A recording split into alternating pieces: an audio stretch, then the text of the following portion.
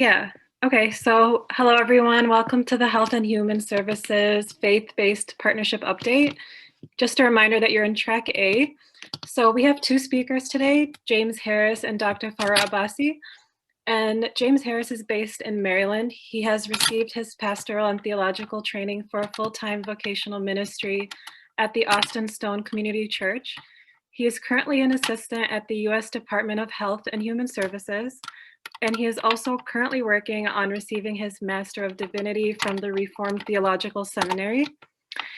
And we also have Dr. Farah Abbasi. Most of you know her already. She is an assistant professor in the Department of Psychiatry at Michigan State University and core faculty member of the Muslim Studies program. Dr. Abbasi received the American Psychiatric Association Samsha Minority Fellowship. Her areas of interest are cultural psychiatry and teaching medical students how to provide culturally appropriate care to Muslim patients. She is the founding director of the annual Muslim Mental Health Conference that you're in today. So without further ado, I'll let them do their thing. Thank you so much. I think when we started working on Muslim Mental Health Initiative, I early on realized that we needed to create awareness and then continue the advocacy for it as well. And it was great and a very important partnership that we needed to work with Human and Health Services, and especially the Center for Faith-Based and Neighborhood Partnerships. I think it is so important that we have a seat on the table when policies are being made, when research is being done, and that's where this partnership started. And I'm very appreciative that since the inception of the conference, we have had support from the department going forward. Kimberly Conkle, Ben Odell, and now James. I would like to bring James in, and he can give us an idea of the work that they have been doing with faith-based community. And I think the guide that they have created, which I was fortunate to participate in some of the contributing sessions. Without any further ado, please, James Harris. Thank you for being here. Thank you, Dr. Abbasi. It is an honor and privilege to speak with you all today. I'm going to start my slides real quick.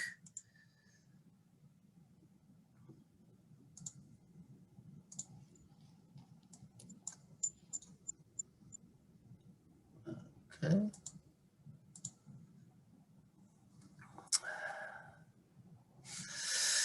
Well, thank you all very much. I am James Harris, and I am privileged to serve at the U.S. Department of Health and Human Services in the Center for Faith-Based and Neighborhood Partnerships, and that is a very long title. So for short, we just call ourselves the HHS Partnership Center. And I would like to give you a little bit of just an overview of our office before I talk about the guide that Dr. Abbasi mentioned.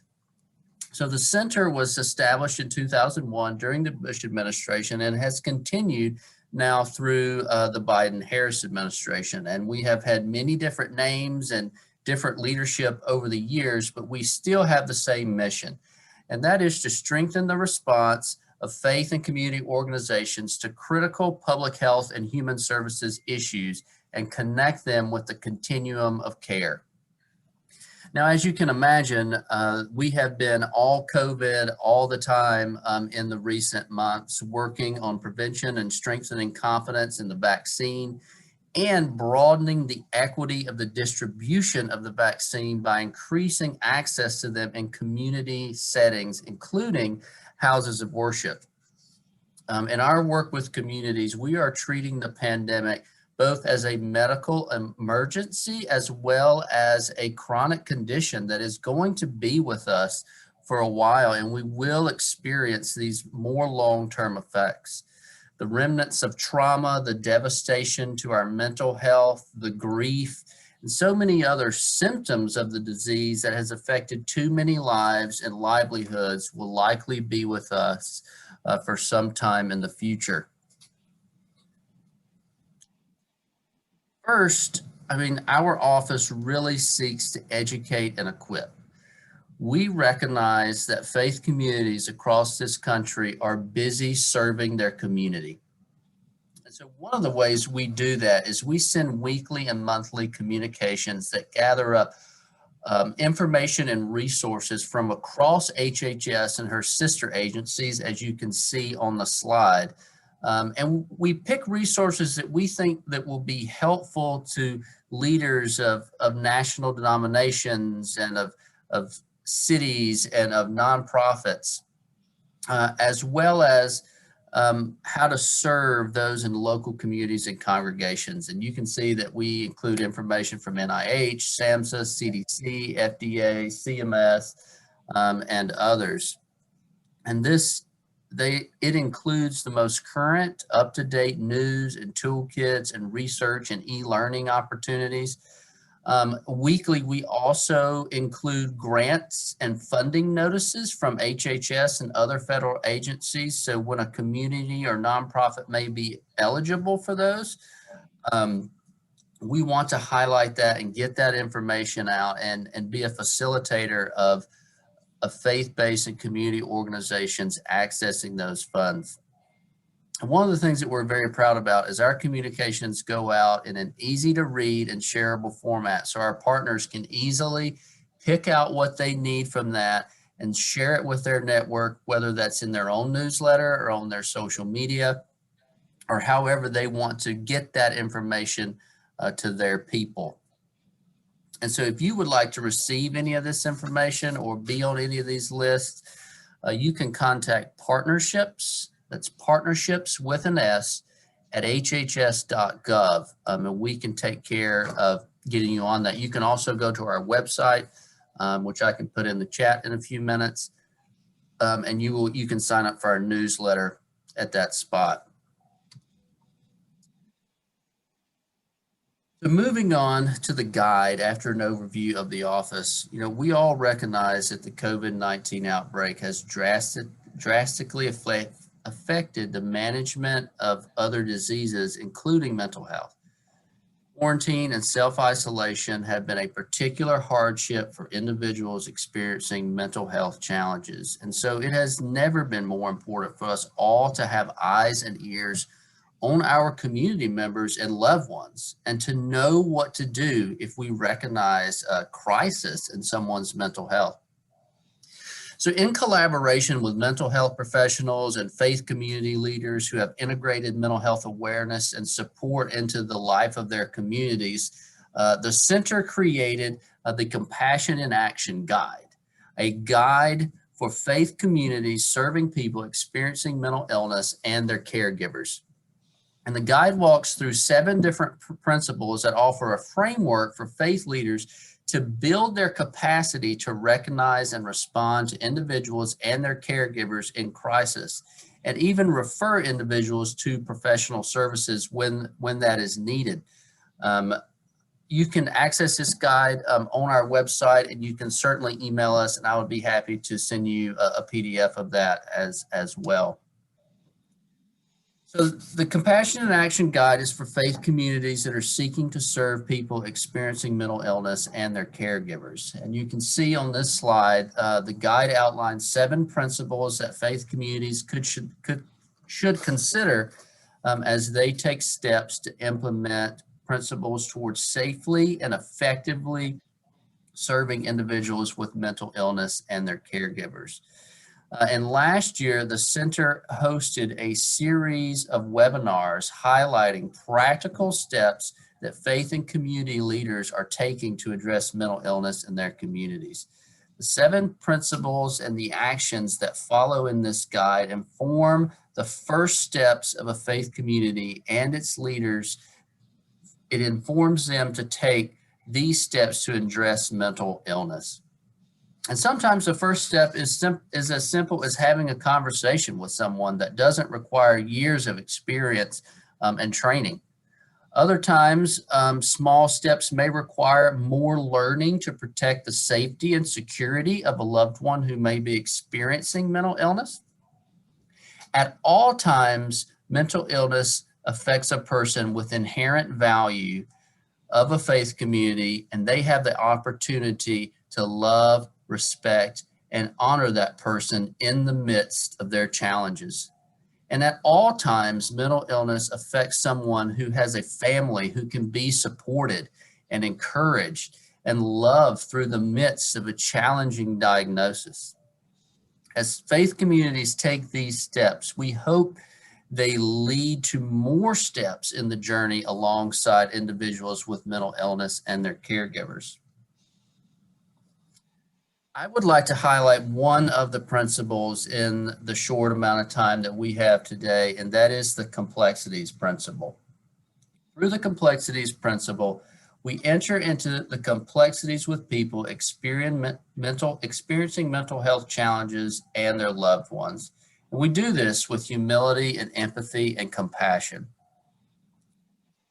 We provide support and care to those with mental illness, and we know that can be challenging, and I know that is nothing new to all of you on this call today. It is important for faith and community leaders to understand the unique challenges posed by a mental health diagnosis and set their expectations accordingly.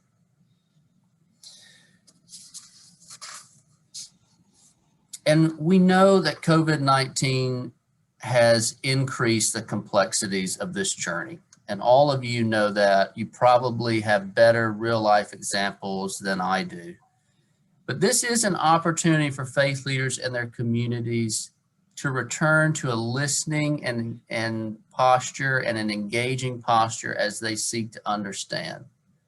This is what we mean when we talk about entering into the complexities of individuals with mental illness and their loved ones. Ask questions. Be present even when a person with mental illness is at the height of their struggle. Be willing to stay in a relationship even when it's hard. When leaders or members of a faith community seek to engage someone with any chronic condition, including mental illness, in a caring and supportive relationship, it is important to commit to that relationship even when it becomes challenging. It is a commitment to walk with someone even when the storms of mental illness rage. Additionally, I want to highlight an aspect of the guide. This is Appendix 3. We have very specific resources in this guide. And this section of the guide includes mental health connection resources, including a breakdown of religion-specific mental health associations, such as the Institute for Muslim Mental Health. We also highlight the Muslim Mental Health Consortium, along with many others. And this is not meant to be an exhaustive list in the guide. We welcome recommendations to go into the guide, and you can certainly reach out to me about that.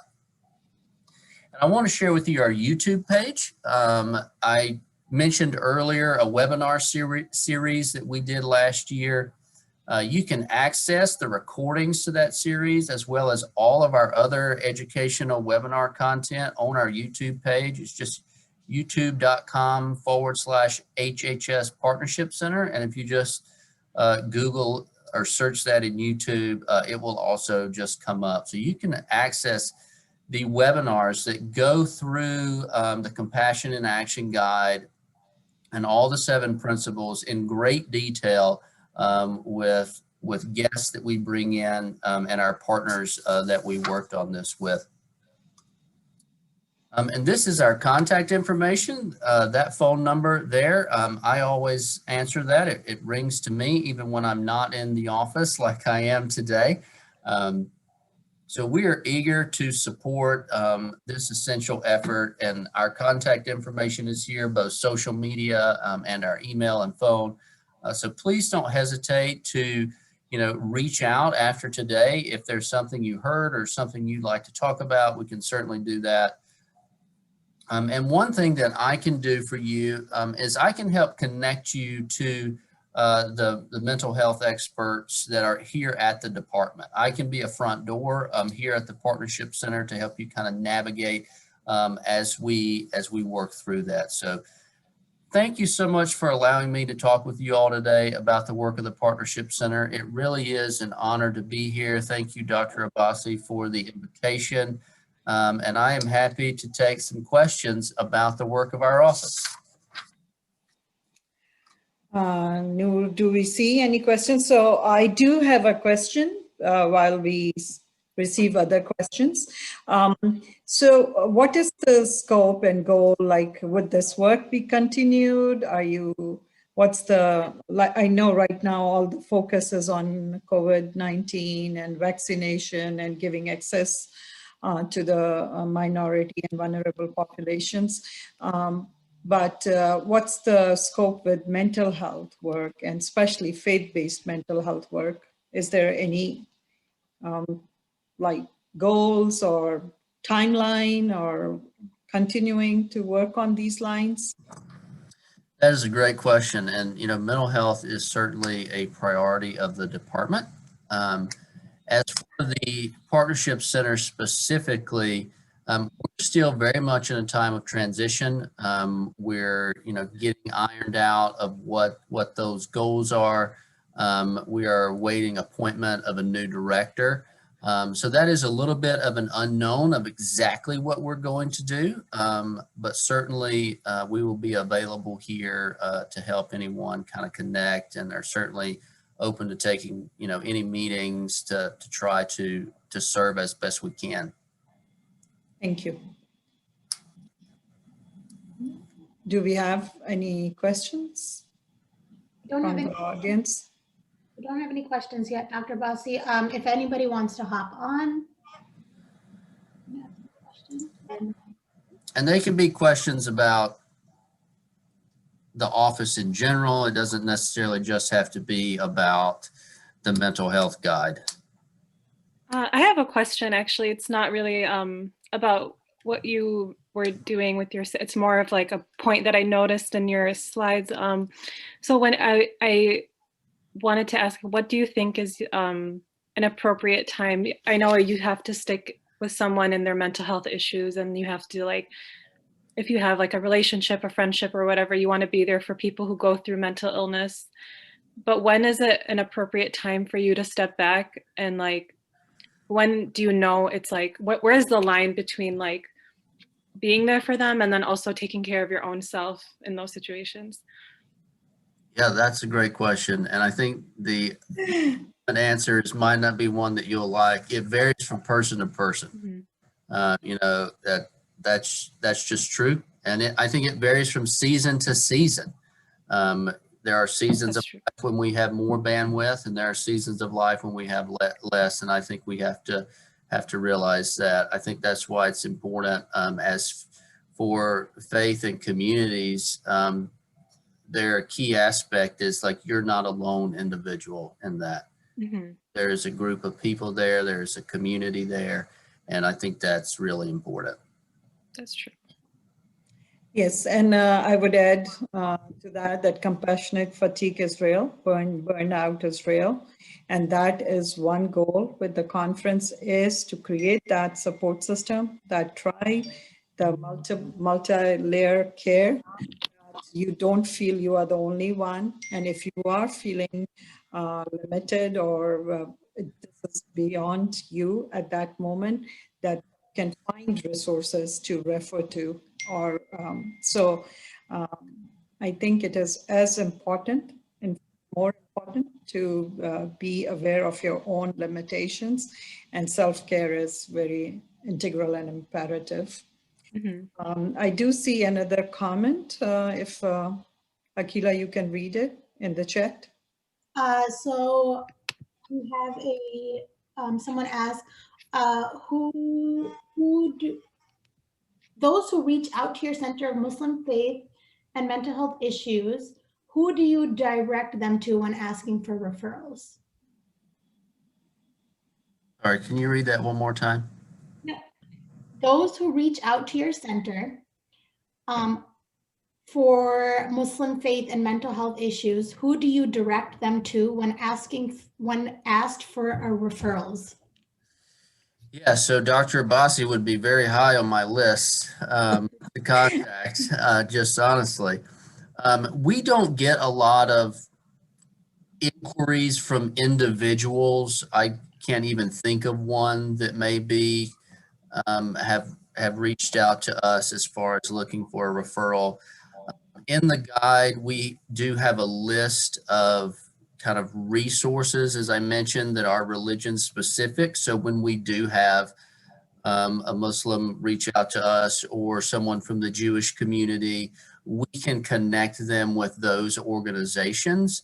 But I would say that's very rare. And as far as it being an individual. Now, if it is a mental health professional that is reaching out to us to the department, we can connect them up into the department, to HRSA and to other divisions that work specifically with mental health. And then we can also, make connections to these associations and different groups. That's as a big part of what we do that I left out of my little overview of the office is we make connections. We might know someone working on mental health in Northern Ohio and someone in Southern Ohio doing it, and they don't know each other. So we work to foster that collaboration, and that's part of how we want to build relationships around the country, and we can help facilitate those things. I hope that's helpful and clear. So I can add to that when we were compiling, this guide was being compiled, they did reach out to me, and I created an extensive list of Muslim organizations in forefront of this work. So hopefully, and again, like James said, that if you feel that there are other resources and information that should be added to their directory, please do reach out. Here, great, he's sharing his email here. So I think it's a continued process and work, and my hope and the hope of the team working today on this conference, the hope would be that we can have another meeting of Muslim mental health providers and the neighborhood partnership. We kind of have, if not in person, at least a virtual meeting to continue the conversation.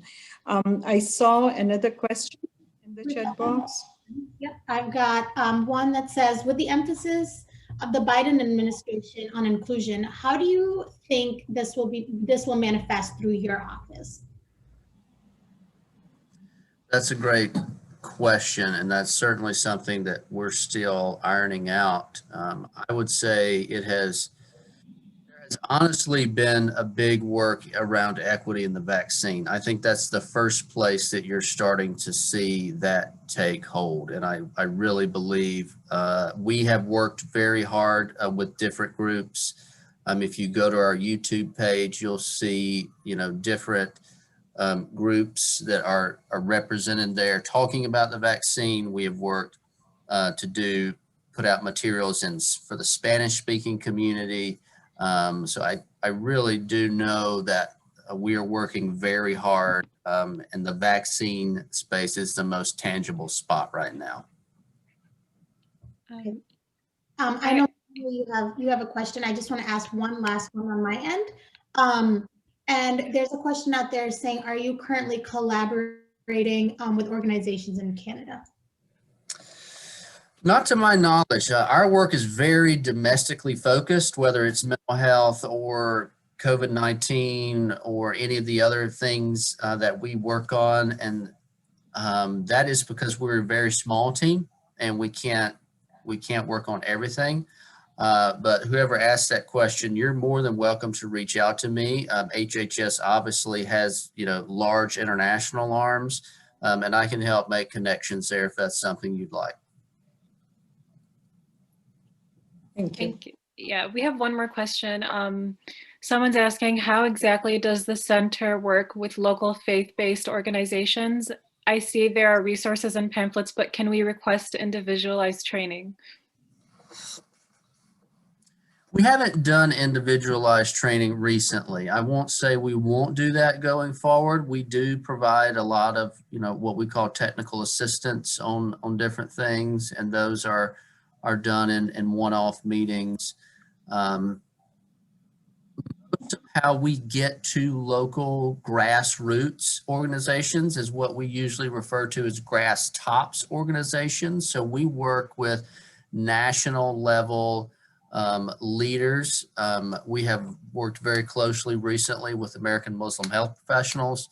So that's a very large national group. They have the Muslim COVID-19 task force, and that we work with them, and therefore they can reach down into their communities and get to the grassroots. So we focus a lot on high level leaders that have relationships and that can actually get to the boots on the ground.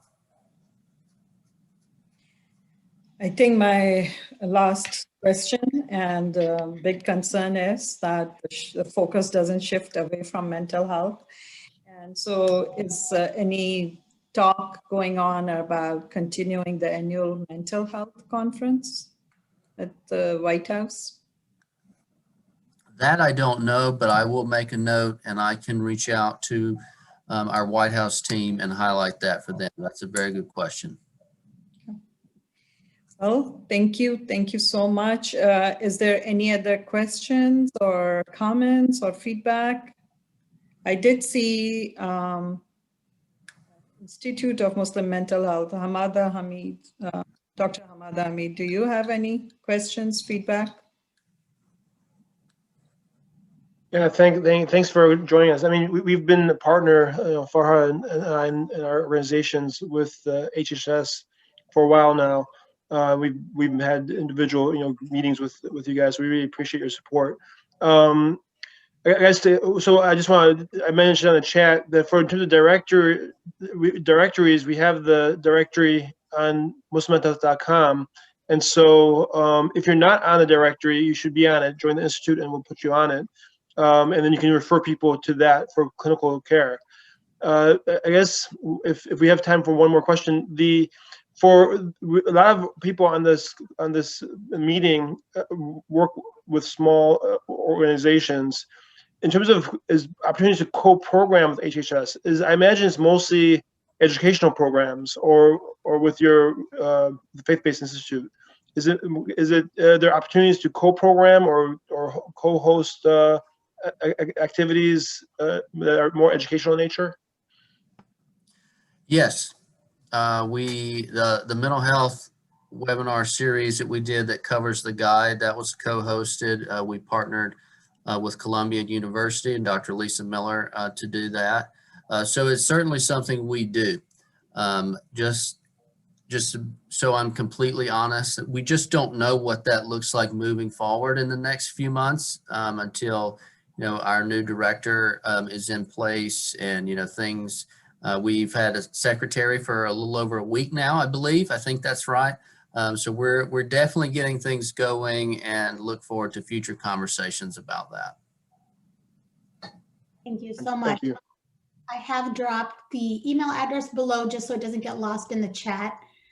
We are going to take a 15-minute break, inshallah, and then we will reconvene for the keynote. Thank you. Thank you so much, James, for being here. And we offer our continued support. Please don't hesitate to reach out to any one of us. And if you need more resources, once we know specifically what you guys are looking for, we can compile and send those lists to you. So thank you. We look forward to a continued partnership.